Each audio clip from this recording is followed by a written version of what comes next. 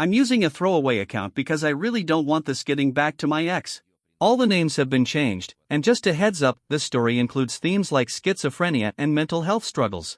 There's a lot of background here, so buckle up, it's important to understand how serious everything got. My ex-boyfriend, Jake, 27M, and I, 27F, were together for over 5 years. We'd been talking about marriage, even looking into buying a house together. But during our last year as a couple, everything unraveled. To make a long story short, Jake had a sudden psychotic break and ended up being admitted to a mental health ward.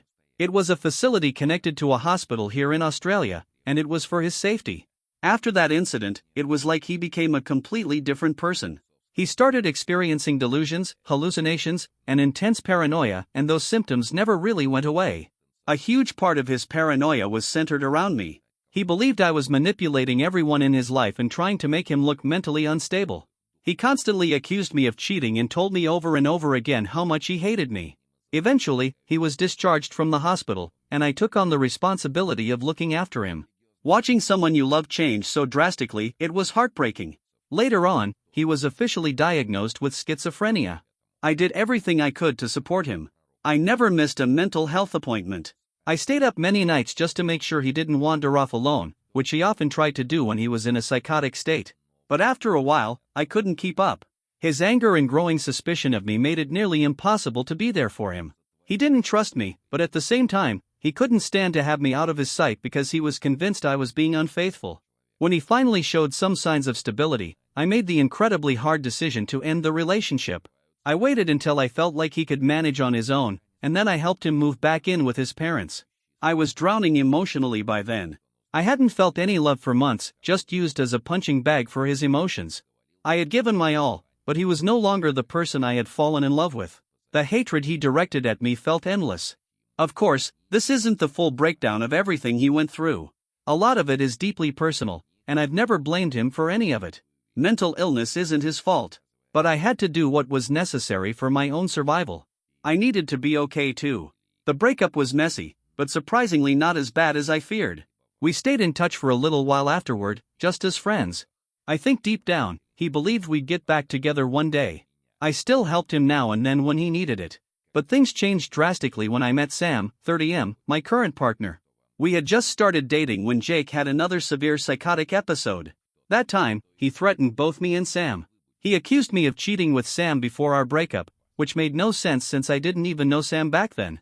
He sent us a flood of disturbing messages. I reached out to Jake's family, and they got him the help he needed. After that, I cut off all contact with Jake. It was clear we couldn't keep up any sort of friendship.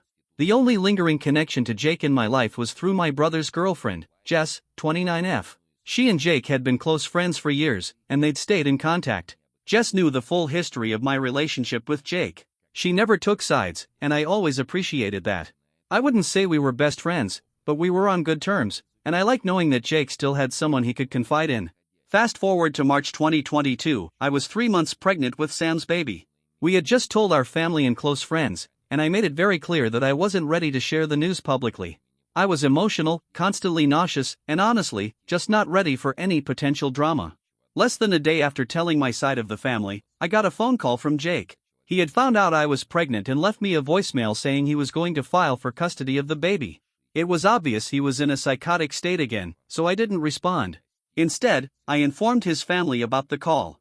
At this point, we hadn't spoken in over a year.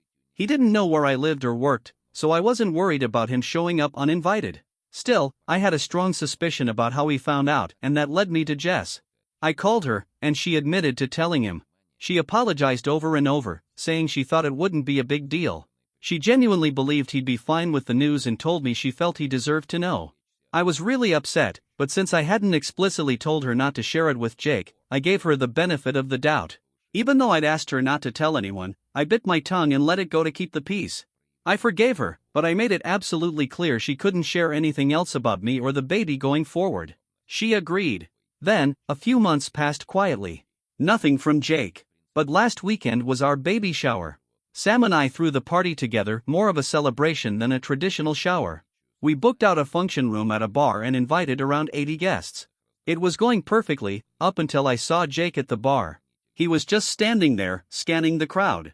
I quietly slipped away before he noticed me and alerted security. The area was reserved for a private function, so I simply told them he wasn't invited. I watched as security approached him and asked him to leave. Jake exploded. He started shouting, demanding to talk to me. Sam and a few of our friends tried to calm him down, but it only made things worse. Jake screamed that he was the real father of the baby and claimed we had never actually broken up. I ran to the ladies' room and stayed there until my mom came to tell me he had finally left after more yelling and causing a scene. I was beyond humiliated, and we ended the party early. I couldn't stop crying. A few days later, I confronted Jess again. She was the only one who could have given him the time and location of the baby shower.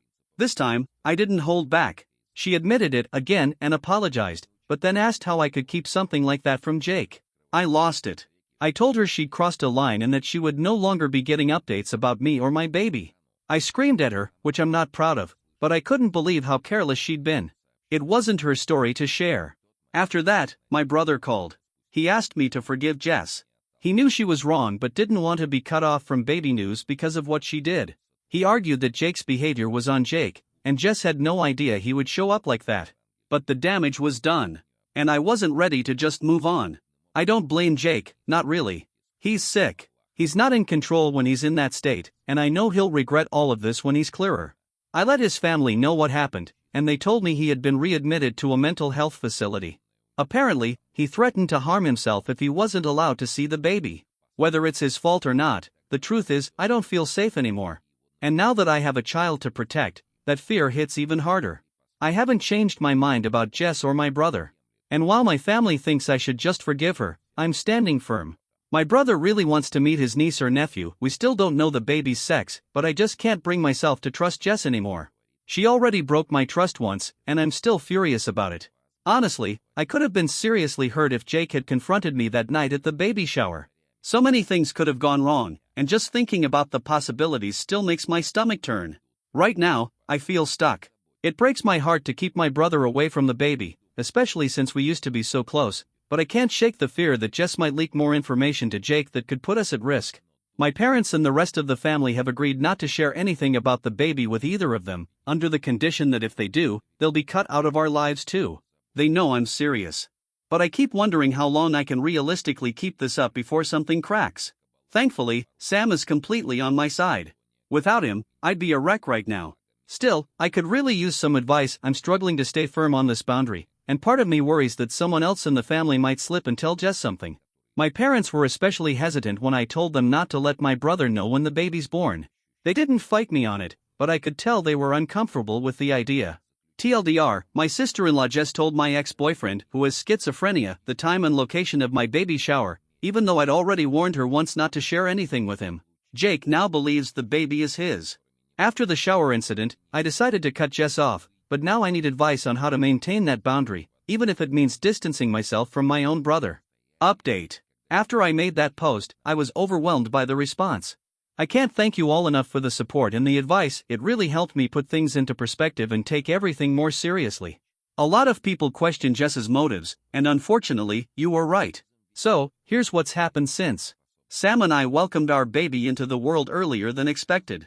Our son was born at 38 weeks, and he's now 10 weeks old. He's perfect, and we're completely in love with him. Not long after the post, we moved into a new house. We had been crammed into a one-bedroom apartment, and with the baby on the way, we knew we needed more space. One of the big reasons we chose the house we did is that it's much farther away from my brother and Jess. Our old place was only 5 minutes from them, and I constantly worried that Jake might visit and I'd run into him while walking the dog. And honestly, I never trusted that Jess hadn't told him where we lived. Now, we're about 45 minutes away, and I finally feel safer. We didn't give them our new address, and that's how it's going to stay. We had been in the new house for about a month without any issues. Jake, from what I heard through his family, was still being held at the hospital on a long-term mental health hold. His psychotic symptoms weren't improving, and he was refusing to take his medication. I also warned his family about Jess, and to their credit, they took it seriously. They even informed the hospital not to allow Jess to visit him. Eventually, even my family stopped asking me to forgive her. My mom had a heart-to-heart with me and finally came around. She understood why I had to distance myself from both Jess and my brother. I hadn't heard anything from my brother, but apparently, my mom talked to him about how serious everything was and what Jess had done. It absolutely broke my heart to cut ties with my brother. We had always been close. But after reading so many of your comments, I realized I had a duty to protect my child, no matter how painful that decision was. Unfortunately, things didn't stay quiet for long. A few months later, I got a call from Jake. He had been released from the hospital and wanted to apologize. He said he was deeply embarrassed by how he acted at the baby shower and that he knew the baby wasn't his. He even cried and asked if he could speak to Sam directly to apologize. Sam didn't want to talk to him, and I don't blame him. I told Jake I forgave him because I truly do understand that it wasn't his fault his illness took over. But I also made it crystal clear that he couldn't be anywhere near me or the baby, and if he tried, I wouldn't hesitate to call the police. He said he understood, and we ended the call on that note. But about 2 weeks later, Jake showed up at Sam's job, demanding to speak to him. Sam called me right after it happened. According to him, Jake was crying and emotional, apologizing again for the public scene at the baby shower. He said something along the lines of, "I should have spoken to you privately. You were humiliated in front of your friends and didn't even know what was going on." It was clear he wasn't completely stable. Sam didn't want to set him off, so he told him he accepted the apology and asked him to leave. It was obvious that Jess had told Jake where Sam worked. I immediately contacted Jake's family again and let them know what had happened. The next day, they told me Jake hadn't come home. They were frantic. He wasn't even supposed to be driving, his license had been suspended after getting caught speeding multiple times. Turns out, he had taken his mom's car without permission. A few days later, police found him inside an unfinished building over 20 hours away from our town. He was disoriented, completely out of it, and confused. He was taken to the nearest hospital and placed in their psychiatric unit. His family flew up to bring him home. I haven't heard anything since. I assume he's still in treatment somewhere. His family always updates me when he's discharged, and so far, nothing. Then, a few weeks ago, my brother called and asked if I'd meet him for lunch. He sounded upset, so I agreed. We ended up talking at a McDonald's near his place. That's when everything came out. He told me that after Jake was released from the hospital the first time, right after the baby shower, he showed up at their house to see Jess. My brother was already worried because Jake clearly seemed manic. So, he kept a close eye on things while Jake was there. What he saw made his skin crawl. Jake was being very handsy with Jess, and to my brother's shock, Jess didn't seem to mind. In fact, she was acting flirty. He made up an excuse that they had to leave to visit a friend, and once Jake was gone, he confronted her. She got super defensive, denied everything, and claimed Jake wasn't touching her and that she wasn't flirting back. My brother decided to let it go. But now we know that same day, Jake went to Sam's workplace. Then it got worse. Jake showed up at their house again, but this time Jess wasn't home. My brother works remotely, so he answered the door. Jake told him that he was in love with Jess and admitted that they had been sleeping together. To prove it, he pulled out a bunch of messages between them. My brother told him to leave. When Jess got home, he confronted her again. At first, she denied it, but eventually, she confessed. She begged for forgiveness and told him that after Jake's outburst at the baby shower, she realized she didn't actually love him. My brother was livid. He told her to go stay with her parents for a while. It's been months since then, and as far as I know, they're done for good. My brother genuinely feels awful about everything Jess did to me.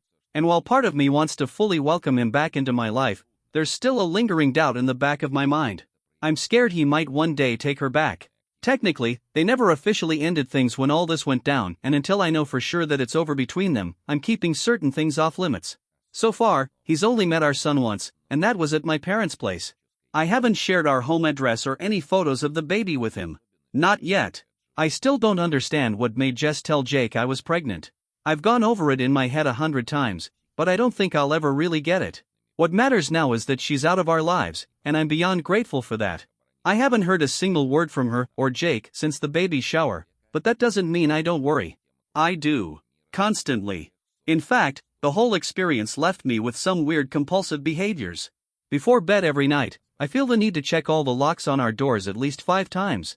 I go around the house touching every window just to make sure it's shut tight. It's exhausting, but it's the only way I can fall asleep peacefully.